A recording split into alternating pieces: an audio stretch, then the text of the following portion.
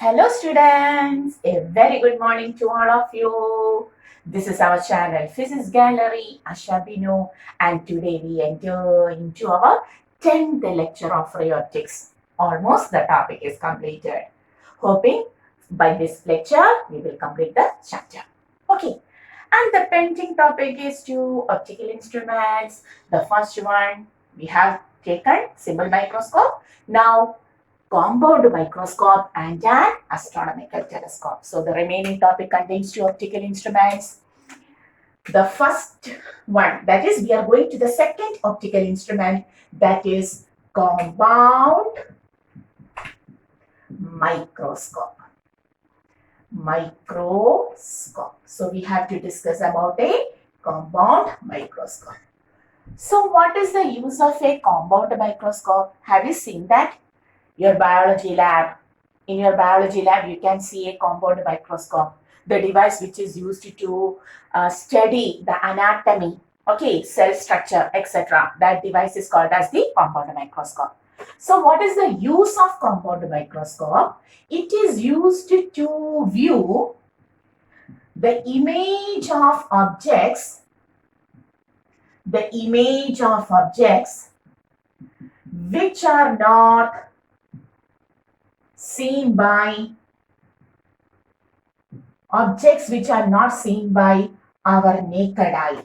Okay, we use a compound microscope. Already we have taken a simple microscope.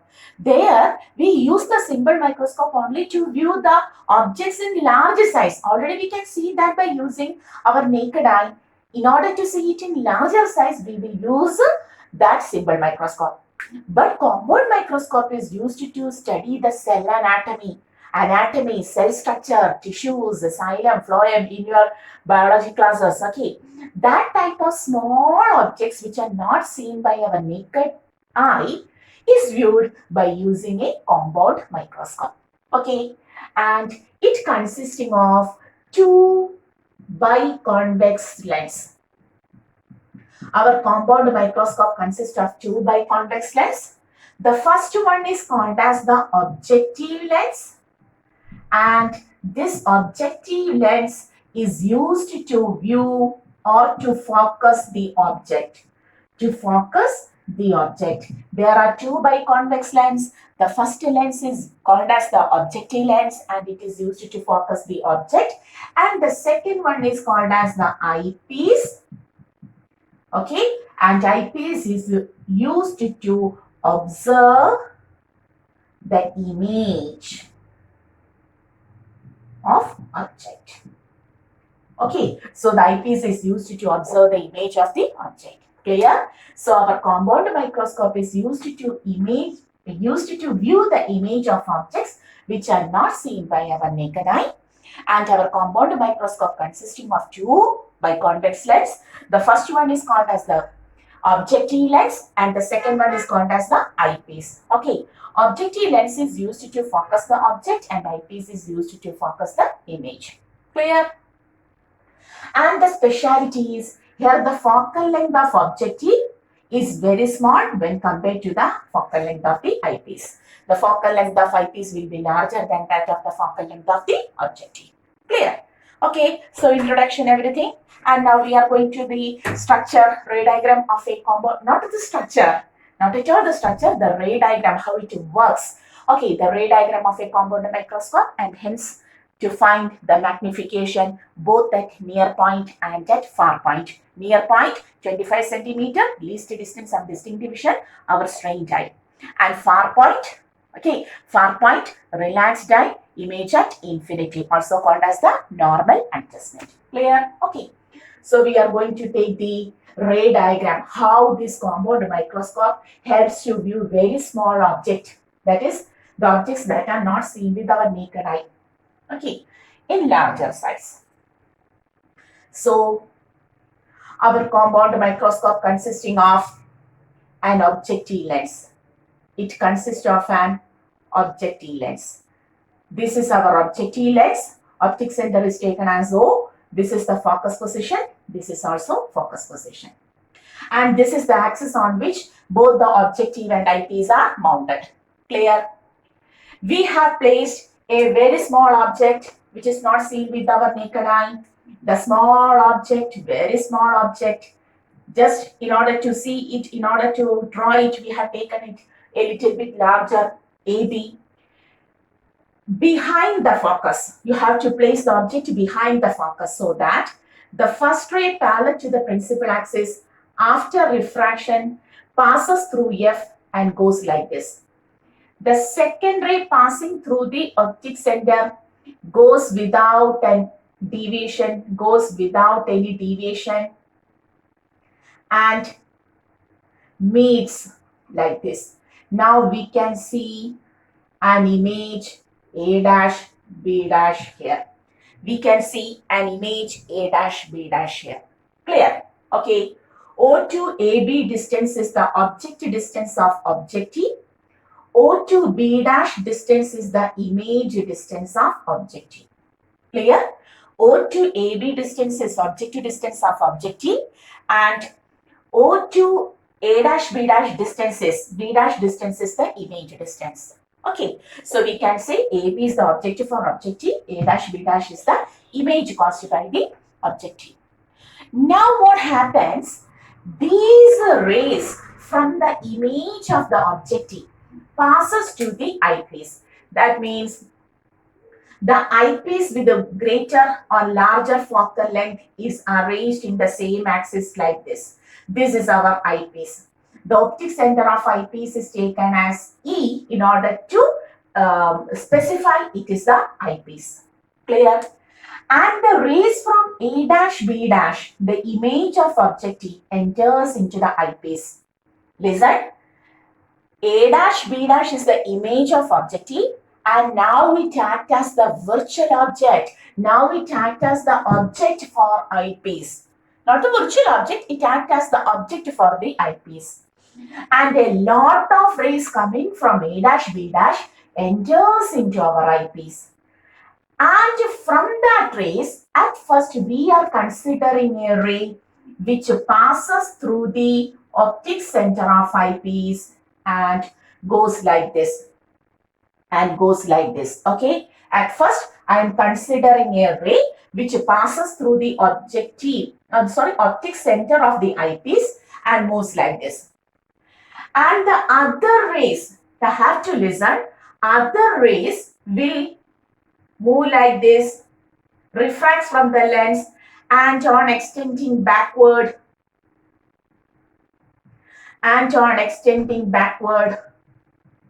all of these rays meet at a point. Where we will get the final image. This is our final image, A double dash, B double dash. Clear? Okay. Here, in order to consider the final image, at first we have taken a ray. A lot of rays comes from A dash, B dash. Among that, we have taken a ray passing through the optic center of the eyepiece. What is the speciality of that ray? Any ray passing through the optic center goes without any deviation. Any ray passing through the optic center goes without any deviation. So this ray passing through, that is, one of the ray passes like this, and this ray goes without any deviation. So we can extend it backward. These also rays are refracted by the lens. On extending backward, these are diverging rays. So these rays meets at a point. We extend it backward and they meets at a point, and there we will get the final image, A double dash, B double dash. Clear? And here we have placed, by covering our objective, we have placed our eye. Our eye is like this. Okay. Have you seen the compound microscope? How you observe an object by using this compound microscope? You can shut your one of the eye and other eye is placed over that lens eyepiece. Okay. That is, your eyepiece is just covering the, your eyes is just covering the eyepiece lens. Clear? So this is the position of our eye. And we can view the image making an angle beta. Can you see? This is the angle subtended by the final image to our eye. Clear? And now this is the object distance of eyepiece, and this is the image distance of eyepiece. Clear? Now we got the object distance and image distance of the eyepiece. Okay? So whether the ray diagram is correct, objective, you have to place the object behind the F and real inverted image is obtained. That image acts as the objective for the eyepiece. The rays coming from the object enters into the eyepiece and they are extended backward to obtain the final image A double dash B double dash. Our eye is enclosing this eyepiece and this angle is the beta, that is the image angle subtended by the visual angle subtended by the image to our eye. And from that we can write beta is equal to A dash B dash by UE. Okay, this angle beta may be also taken as A dash B dash by UE. Clear? We get the beta. Similarly, we want alpha. How to take alpha? If the same object, our blue colored object, okay, if the same object AB, small object AB, is viewed without the aid of the compound microscope by our naked eye, like this, by our naked eye, by placing the object at which distance? At the distance where the object can be viewed without any strain, that is clearly to our eye. So this distance is called as the D, and now this angle becomes alpha. Therefore, alpha is equal to AB by D. So what is alpha? It is the angle subtended by the object to our naked eye when the object is placed at our near point. And what is beta? It is the angle subtended by the image to our eye when we view the object through the compound microscope.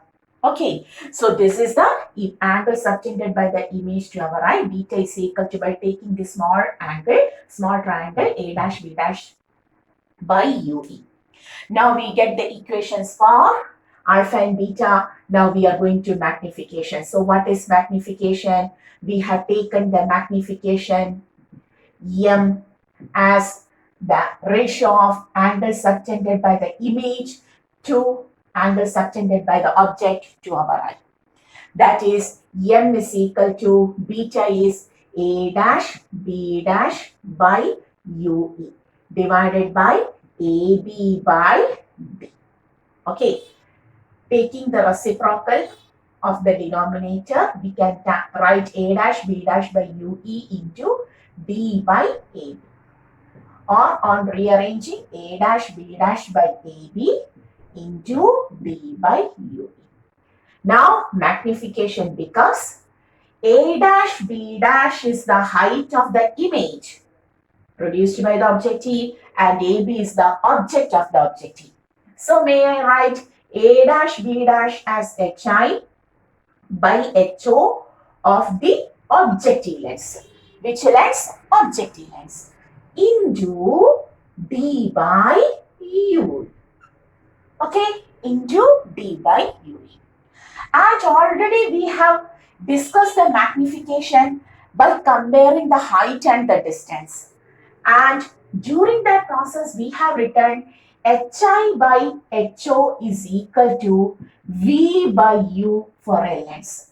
Therefore, we can write height of image caused by the objective to height of the object of the objective as VO by UO.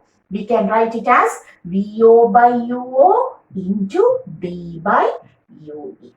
Clear? And this is the first equation we got here.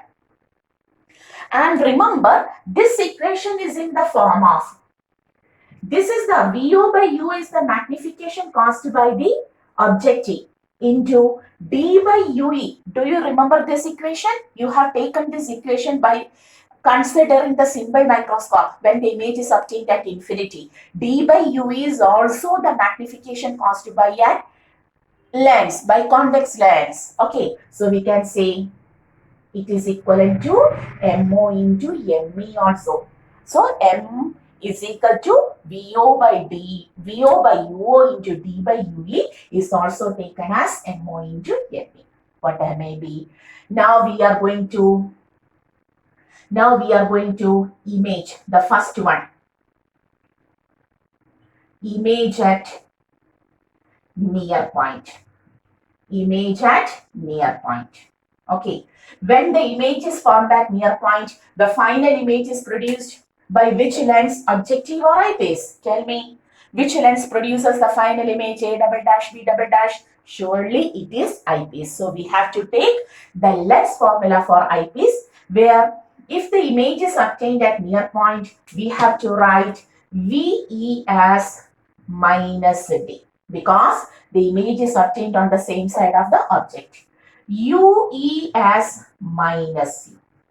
And taking the lens formula, 1 by F is equal to 1, FE is equal to 1 by FE, 1 by FE, sorry, 1 by FE is equal to 1 by VE minus 1 by UE. We can write 1 by FE is equal to 1 by minus D minus of minus 1 by plus UE.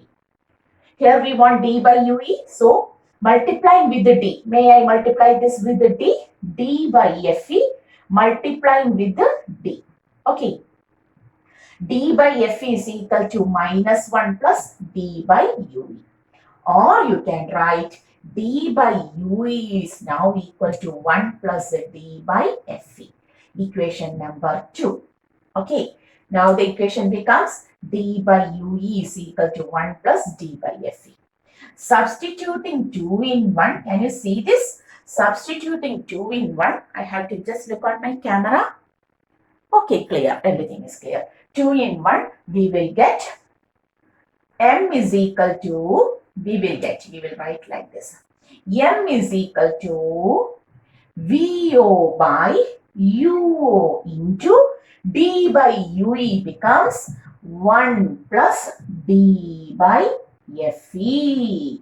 This is the equation for the magnification caused by, clear? So what is the equation for the magnification caused by a compound microscope? When the image is obtained at near point, that is strained eye.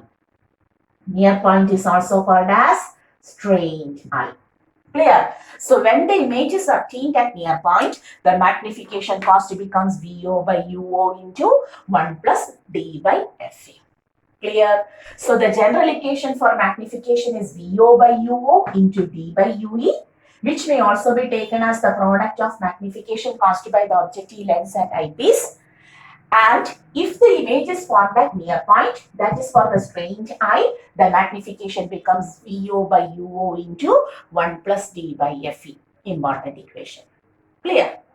Okay, so this is the condition for strained eye. And now we are going to the condition for relaxed eye. That is, the image is obtained at the far point, infinity. Clear? So in order to take that, may I rub this alpha, beta, etc. Hoping you have taken. And I am going to rub this also. Oh, I want some more space. Okay. So we are going to the second case. If the image is formed at far point. Okay. Called as image at far point is also called as the relaxed condition. Another name, normal adjustment. Another name is normal. If the image is obtained at infinity, that adjustment is also called as normal adjustment. So when the image is obtained at a far point, infinity, that condition is called as the relaxed eye or the normal adjustment of the lens. Now also, we can write the final image is obtained at, we have to take the image by lens eyepiece. The final image is obtained by the eyepiece is at infinity. UE is equal to minus UE, sign convention. Providing the lens formula, 1 by FE is equal to 1 by VE minus 1 by UE. 1 by FE is equal to 1 by infinity becomes 0. Minus of minus becomes plus 1 by UE. Multiplying with the D. D by FE is equal to D by UE. Equation number, clear? Equation number 3. Okay, clear? 1 by infinity is 0. So 0 minus 1 by UE. Minus of minus plus 1 by FE becomes 1 by UE, or D by FE becomes D by UE. Clear? And now substituting this 3 in 1. This is our first equation, 3 in 1.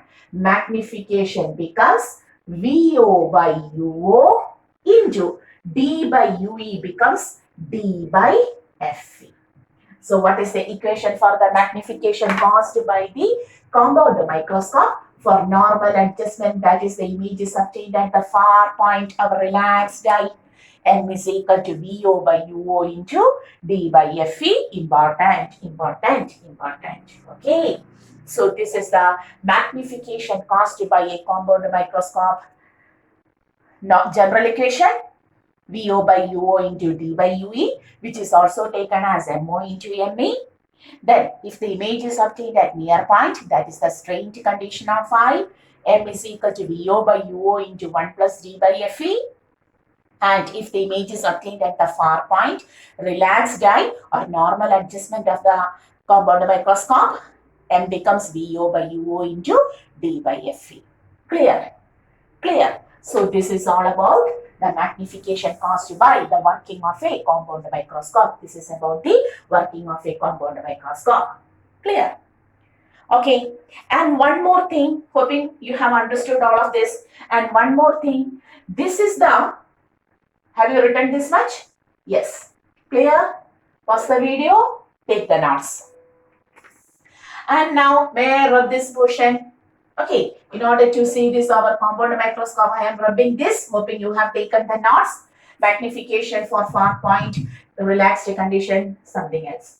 And now, this is the tube of the compound microscope. This is the tube of the compound microscope. This much is the tube of the compound microscope through which we are observing that object. Object is placed in front of the objective and our eye is placed over our eyepiece. Okay, so the length of the tube, this is the length of the tube of the compound microscope, and this length of the tube is equal to the sum of magnitudes of VO and UE. That is also important. Length of the tube is equal to modulus of VO plus modulus of UE. That is the total length of the tube. From this point to this point, that is the total length of the tube. So, length of the tube is equal to VO plus UE. You have to take the modulus, never put minus UE here. Okay. Clear? So, the length of tube may be taken as L is equal to VO plus UE. So, this is all about our compound microscope, how the compound microscope magnifies this small sized object to this much time. Okay, magnification is maximum when the object is when the image is obtained at the near point. VO by UO into 1 plus D by FE. Okay, but our eye is in a strained condition now. For relaxed eye, the image is obtained at infinity. There the magnification is lesser than that. The magnification at the near point or strained eye. Here the magnification is VO by UO into D by FE. Clear? Next, the length of the tube which contains the objective and eyepiece lens is equal to VO plus UE. Modulus of VO plus modulus of UE. Okay, so this is all about the ray diagram, the magnification and the magnification at near point, far point, etc. for a compound microscope. Okay, clear? So hoping you have understood the functioning of a compound microscope. May I rub this, pause the video and take the notes. And we have completed the second instrument also, compound microscope. And now we are going to the third optical instrument which we have to discuss in detail, and that is an astronomical telescope. Okay, so we are going to the purpose of an astronomical telescope, its magnification, near point, far point, everything. So we are going to the third device called as the astronomical telescope. So what is the purpose of an astronomical telescope? So it is a device which is used to view heavenly bodies like stars, planets, other planets, moon, etc. Okay. So astronomical telescope is used to view very distant objects and very large sized objects like a star, moon, planets, etc. Okay. And our astronomical telescope also contains two biconvex lens. The first one is objective itself to focus object. What is its purpose? To focus these heavenly bodies. And the second one is eyepiece in order to view the image. View the image of the object. Okay. And what is the speciality of the objective? By using this objective by convex lens, you have to collect the rays coming from a distant, very large sized object. That means here the focal length of objective, large apertured objective is needed. Focal length of objective is very much greater than that of the eyepiece. But in compound microscope, the object is very small. So in order to collect the rays from that small sized object, objective focal length will be less. But for our astronomical telescope, the object is very large sized. Moreover, it is at a very large distance. Okay. So in order to collect so much rays, the focal length of objective must be greater than large sized objective is required, and the focal length of objective is greater than that of the eyepiece. Clear? Okay. So what is an astronomical telescope? Clear? And now we are going to the ray diagram, the working, how it helps to view the celestial bodies, everything. Okay. So at first we have taken the axis. This is our O. This is our elongated objective. Okay, focal length, the height. So this is our objective. And the rays are coming from infinity because the objects are celestial bodies.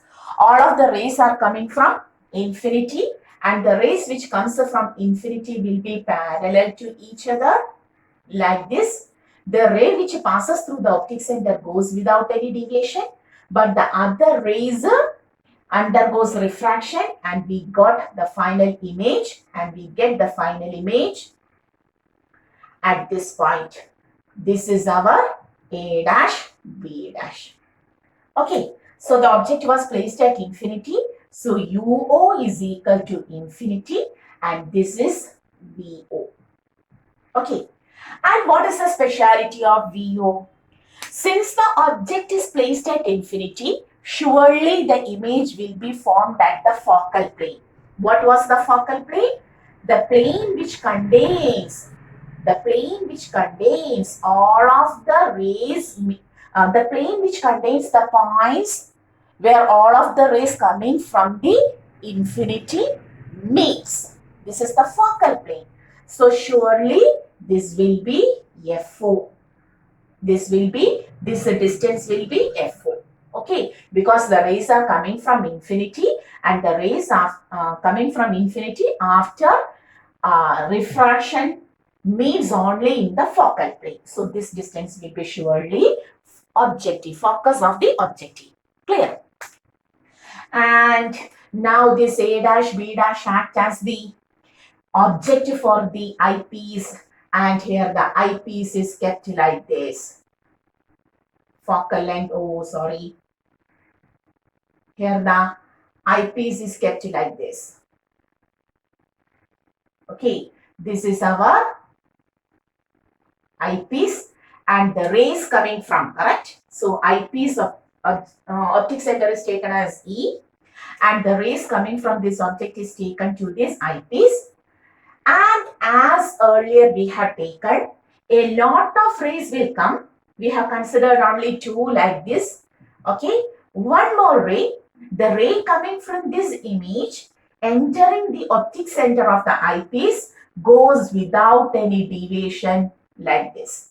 And on extending them back, we will get rays like this, and these will go back. That means all of these are refracted by the lens and reaches our eye, which is placed here. Our eye is placed here. This is our eye.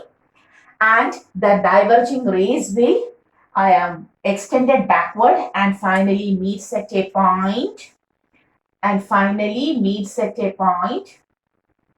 And that point will move, and that point will be act as the final image. This will be the final image, A double dash, B double dash. Clear?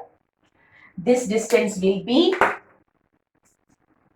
UE and this distance will be BE. Okay, clear? Please take the ray diagram. I have to look on my camera. No problem. Okay. So this is our ray diagram of astronomical telescope. Please take this. Okay. So we are going to the magnification now. So what is magnification? It is the angle subtended by the image to our eye to the angle subtended by the object to our eye. So we want beta and alpha. Together. So what is beta? Okay. So what is beta? This angle subtended by the image to our eye. This is beta surely. So we have to take this as beta. And from the figure itself, we know beta is equal to, we will write here, beta is equal to A dash B dash by U. Clear? Okay. And what is alpha here? In the previous two cases, for simple microscope and compound microscope, we have taken the object and placed near our eye at a distance D apart, near point. Then we have taken the angle subtended by the object. Clear? Okay. But here the object is celestial body, star, planet, etc. Can you take that star in your hand and place in front of you and take the alpha? Never, never, never, never. We cannot take the alpha angle by taking the object at our near point because the object is a star. We cannot take like that. So, listen, here the concept is that when we look on star, I am looking, you are looking, all are looking on the star. Okay, at a clear night. So the angle subtended by the star to my eye, the angle subtended by a star to my eye and to your eye will be same because star is at infinite distance. So the rays coming from that object at infinity will make the same angle to all of the observers. To me, to you, and to other person and a lot of persons. The angle made by the star, the object to our naked eye will be same. Therefore, I can say the angle made by the star to my eye, to your eye, and to the objective will be same. The angle subtended by the star to our eye and to the objective lens will be same, and this is that angle alpha. This is angle alpha, this is infinity. Okay, so angle alpha. Clear? In the other two cases, we have taken the alpha by putting the object in front of our naked eye, making a distance D apart. But whether the star can be taken like that? No. Star is a heavenly body. Moon is a heavenly body. Astronomical telescope is used to view the heavenly bodies. So, we cannot put that heavenly body in front of us at a distance D apart. That means all of the heavenly bodies makes the same angle alpha to my eye, to your eye, to other eye, to other's eye, and also to the objective lens. So we can say this angle is taken as the alpha. If this is alpha, surely this angle will be also alpha. Clear? This is also alpha. And if this is angle alpha, you can take tan alpha from here. Alpha very small, so tan alpha is alpha. We can write alpha is equal to A dash B dash by FO. Clear? Clear? Beta is equal to A dash B dash by UE and alpha is equal to A dash B dash by FO. We always take alpha and beta as tan alpha and tan beta.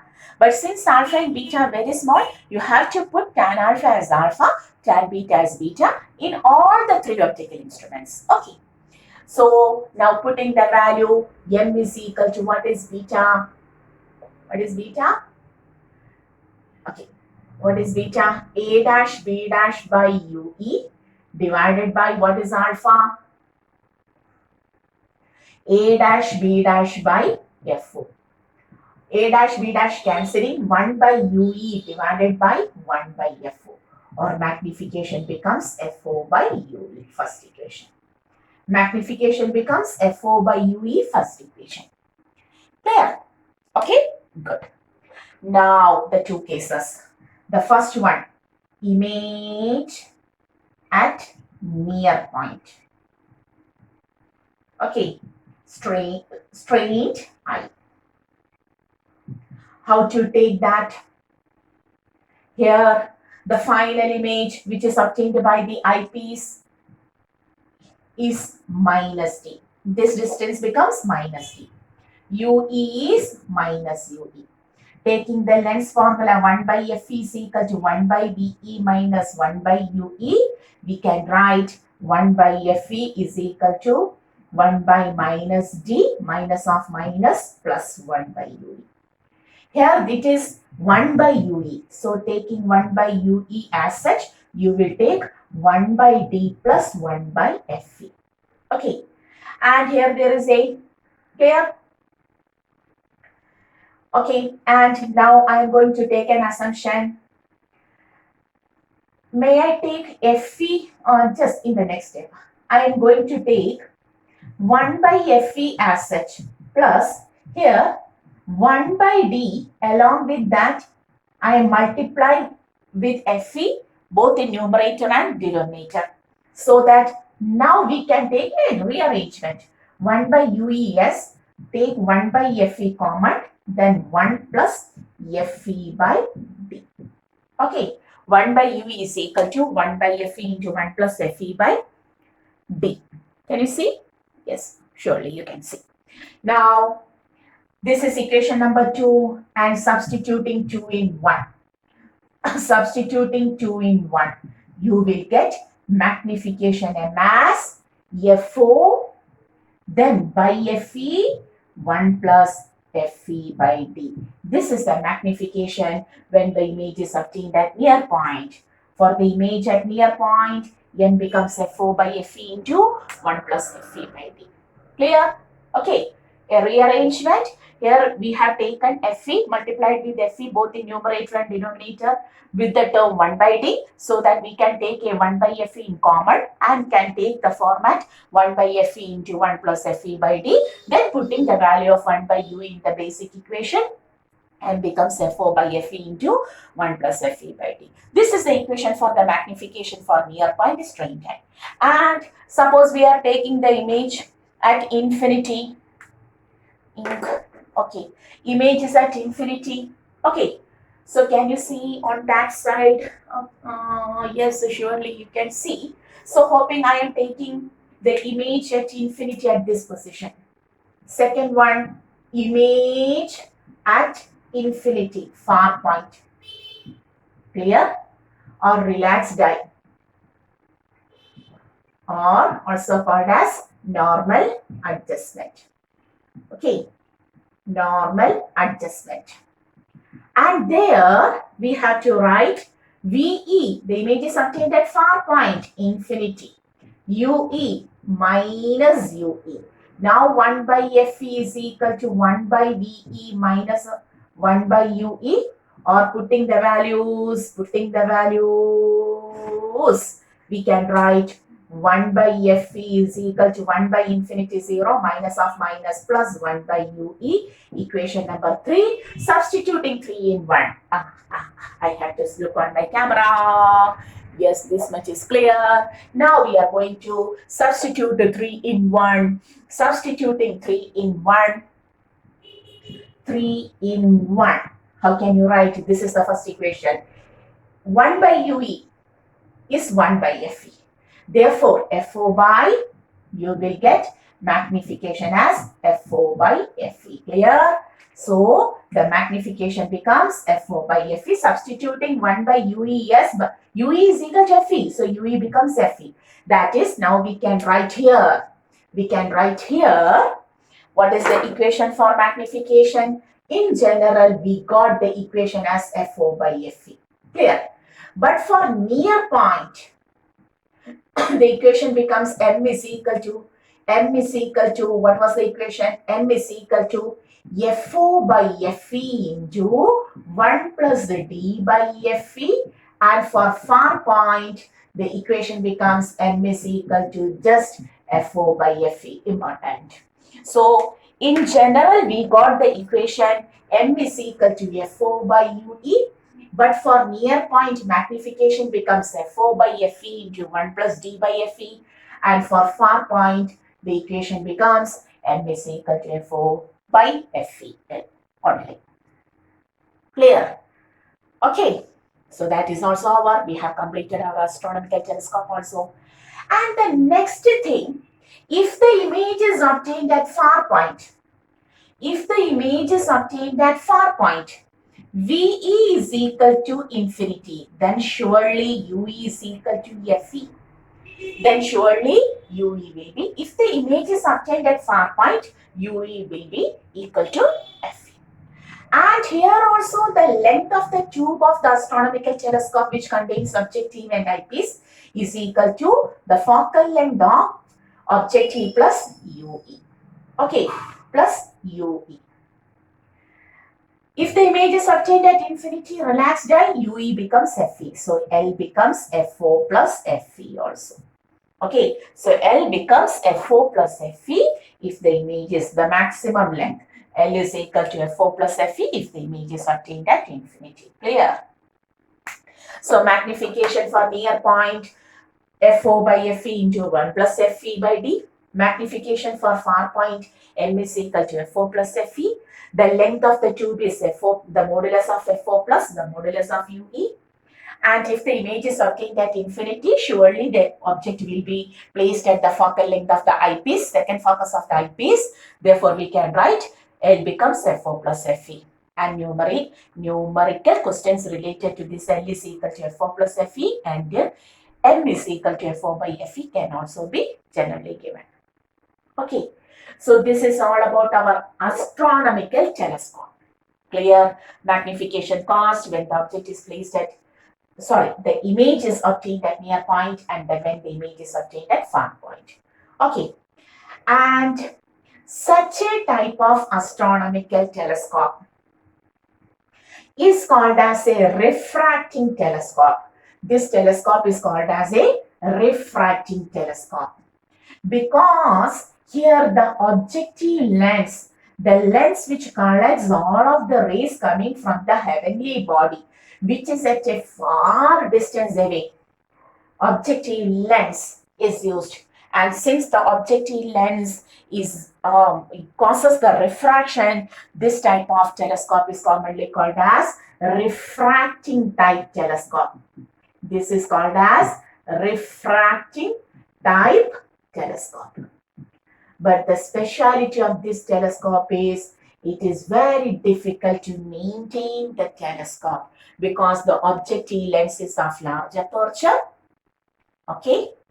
And if any drawback caused to this large aperture objective, the whole phenomena, the whole process is changed. So, the refracting type telescopes, which we have discussed in detail now, is nowadays replaced with another type of telescope called as the reflecting type of telescope. Okay, this type of telescope which we have studied now is called as the refracting type telescope, and now we are going to reflecting type telescope. Okay. So, the refracting type telescopes are nowadays replaced with reflecting type telescope.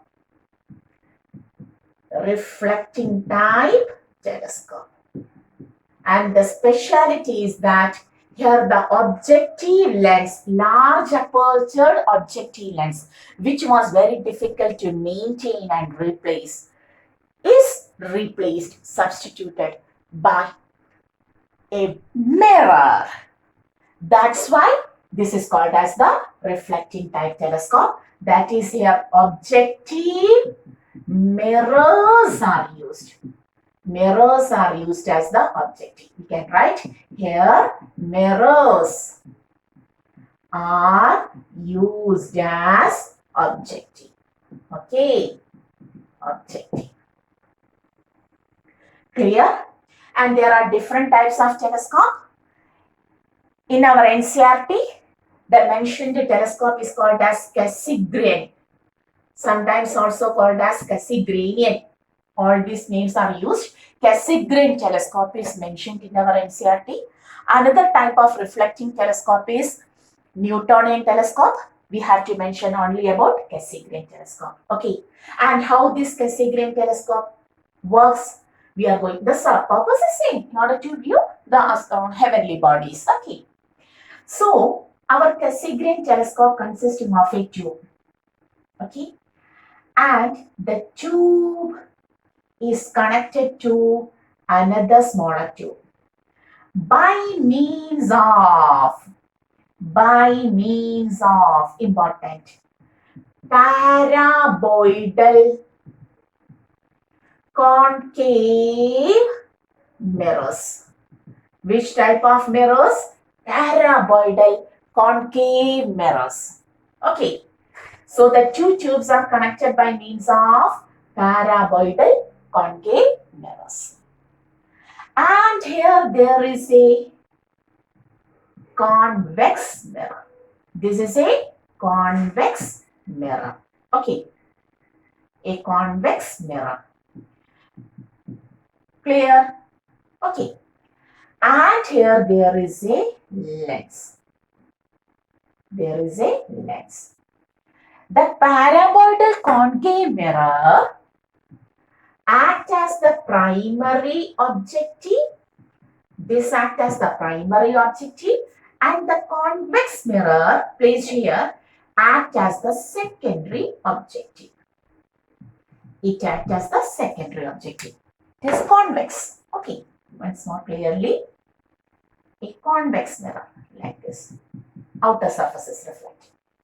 Okay, now suppose we are focusing this towards a heavenly body, and the rays coming from the object at infinity will be parallel to each other. The parallel rays undergoes reflection at this point, comes like this. It also undergoes reflection, comes like this. Clear? So the rays are parallel. The parallel rays after reflection on the paraboidal concave mirror, primary objective, undergoes reflection and falls like this. If there is no convex mirror, they will move backside and meet at a point, and here,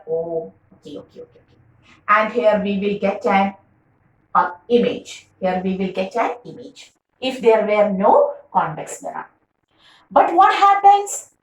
This point acts as the virtual object for the convex mirror placed here. This is the secondary objective. Okay. Second, what is this? Objective. Oh. Objective.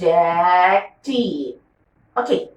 So the convex mirror acts as the secondary objective. So the rays which were focused to this point, so that the image is produced by the paraboidal concave mirror, but act as the virtual object for the convex mirror and got reflected like this.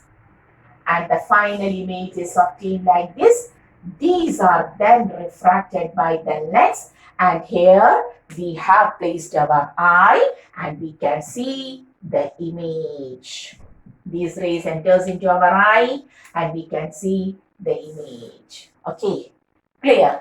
And such a type of reflecting type of telescope is called as Cassegrain. So what is the speciality here?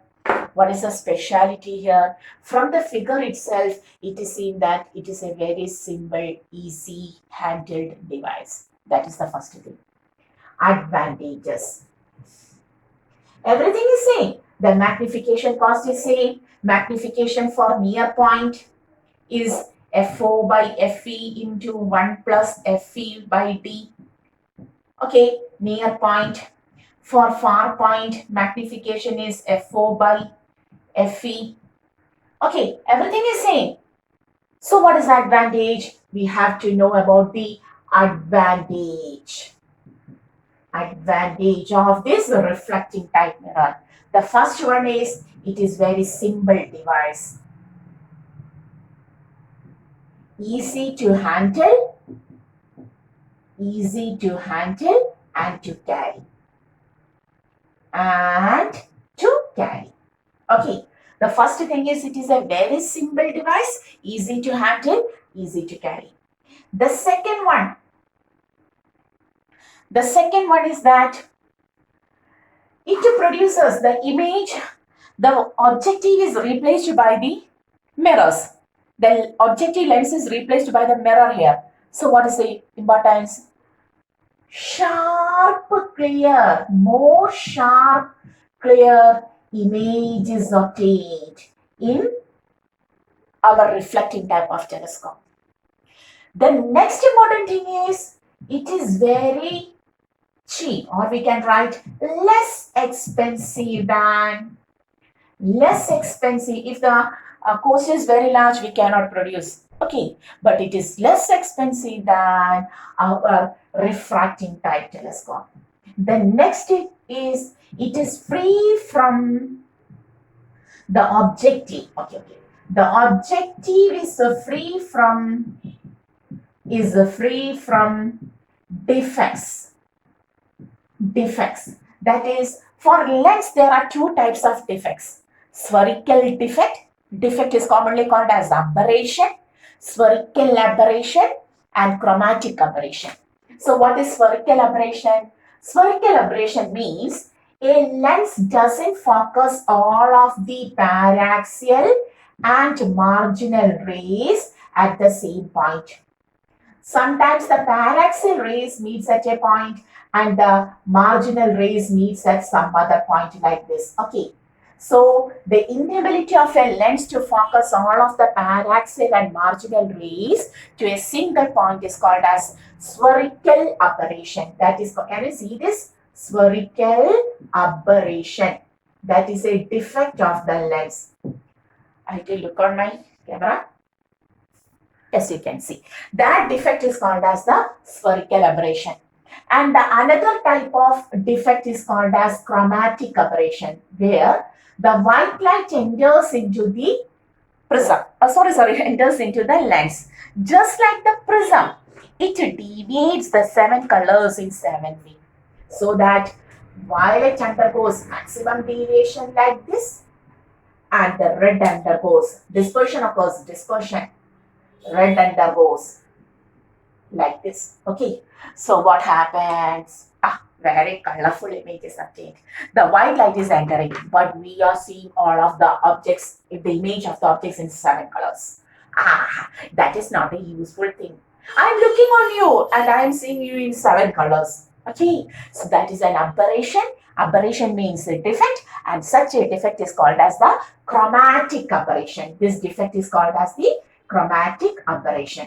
Okay, so our lens has 2 types of aberrations. The first one is called as the spherical aberration, and the second one is called as the chromatic aberration. What is spherical aberration? The inability of a lens to focus all of the paraxial and the marginal rays. The rays which are nearer to the principal axis are called as paraxial rays, and the rays which are towards the margin are called as the marginal rays. The lens has a defect called as the spherical aberration. Spherical defect where it focuses the marginal and paraxial rays at different point, so that a blurred image is obtained. Sharp image we do not get. Okay, if the lens causes such an aberration. And another type of aberration defect caused by the lens is chromatic aberration. What happens? It acts as a prism. It functions like a prism. White light enters but emerges out in 7 colors. So what happens? we are viewing an object, but we can see the object in 7 different colors. It is not at all a useful thing. Okay, so that is such an inability of a lens to focus all of the 7 colors to a single point is called as the chromatic aberration. So if the objective used is lens as in the refracting type of telescope, all of these aberrations will come here. But now what happens? Since we have replaced our lens with a paraboloidal concave mirror and also convex mirror, it is free from spherical and chromatic aberrations. Spherical and chromatic aberrations. Clear? So all of these are advantages of our reflecting type of telescope over the refracting type of telescope. Okay, so nowadays we will use only this type of telescope. Okay, even though we have to study about the refracting type of telescope also, because that is included in our syllabus in detail. Okay, so this is our reflecting type of telescope. One more type is there, Newtonian type, where all the functions are same. Instead of this convex mirror, plane mirrors are used. Plane mirrors are kept making an angle 45 degree.